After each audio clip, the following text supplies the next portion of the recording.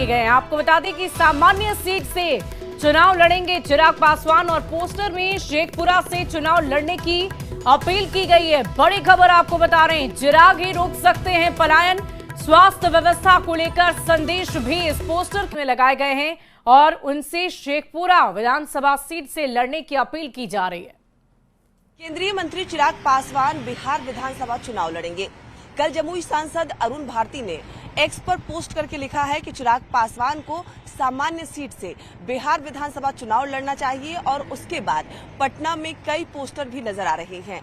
राजधानी पटना में एक पोस्टर लगाया गया है जहां पर शेखपुरा विधानसभा की चर्चा की गई है और सबसे पोस्टर के ऊपर लिखा गया है, आइए चिराग जी, 169 शेखपुरा विधानसभा आपका इंतजार कर रहा है। कल से ही ये चर्चा हो रही है कि सामान्य सीट से चिराग पासवान बिहार विधानसभा चुनाव लड़ सकते हैं और ऐसे में वो सामान्य सीट कहां की होगी, जिसके बाद ये पोस्टर पटना में नजर आ रहा है। इसमें चिराग पासवान नजर आ रहे हैं। लिखा हुआ है कि बिहार की उम्मीद का नाम है चिराग। जब नेता पूरे बिहार का तो सीट का दायरा सीमित क्यों। धन्यवाद चिराग, बिहार की आवाज सुनने के लिए और बिहार विधानसभा चुनाव लड़ने के लिए। बिहार का भविष्य अब आप ही बदलेंगे। यानी इस पोस्टर के माध्यम से साफ तौर पर यह संदेश देने की कोशिश की जा रही है कि चिराग पासवान किसी सीट के दायरे में सीमित नहीं है।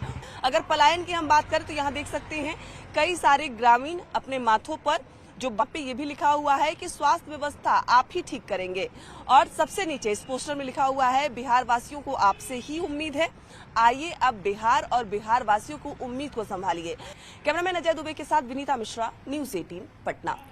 वहीं केंद्रीय मंत्री चिराग पासवान बिहार में विधानसभा की राजनीति करेंगे। वे किसी सामान्य सीट से चुनाव लड़ सकते हैं जिस पर अब सियासत गर्म है। बिहार बीजेपी के अध्यक्ष दिलीप जायसवाल ने कहा है कि कोई भी पार्टी अपनी बेहतरी के लिए कहीं से भी चुनाव लड़ सकता है और ये उसकी स्वतंत्रता है। गठबंधन दल के नेता को और गठबंधन दल को कहां से किनको चुनाव लड़ना है, ये उनका एक छत्र अधिकार है। इसलिए उसमें कहीं कोई संशय ही नहीं होना चाहिए कि किसी दल के बारे में कोई चर्चा करने की आवश्यकता है। सभी दल को अपना अपना अधिकार है कि वो अपने सीट का उपयोग जिस तरह से भी करना चाहे कर सकते हैं। अभी कई सारे पोस्टर भी नजर आ रहे हैं। उनके कार्यकर्ताओं की भी मांग है कि चिराग पासवान को बिहार का नेतृत्व करना चाहिए, सीएम कैंडिडेट के तौर पर अब आगे। मैंने कहा कि गठबंधन दल के सभी नेता को अपना दल अपने तरीके से चलाने का अधिकार है। और देखिए, चिराग पासवान के चुनाव लड़ने के ऐलान पर विपक्ष जोरदार हमला बोल रहा है। एनडीए में नाराजगी को लेकर बयान दिए जा रहे हैं और इस पर जेडीयू के नीरज कुमार ने पलटवार भी किया है। उन्होंने कहा कि आरजेडी पहले अपने परिवार में नाराजगी को दूर कर ले। एनडीए में किसी तरह की कोई नाराजगी नहीं है। कोई नाराजगी नहीं है। अरे नाराजगी तो वहाँ न है, यहाँ लालू जी की राजनीति की अंतिम इच्छा नहीं पूरा किया जा रहा है कि हमारे बेटा को नेता बनाओ।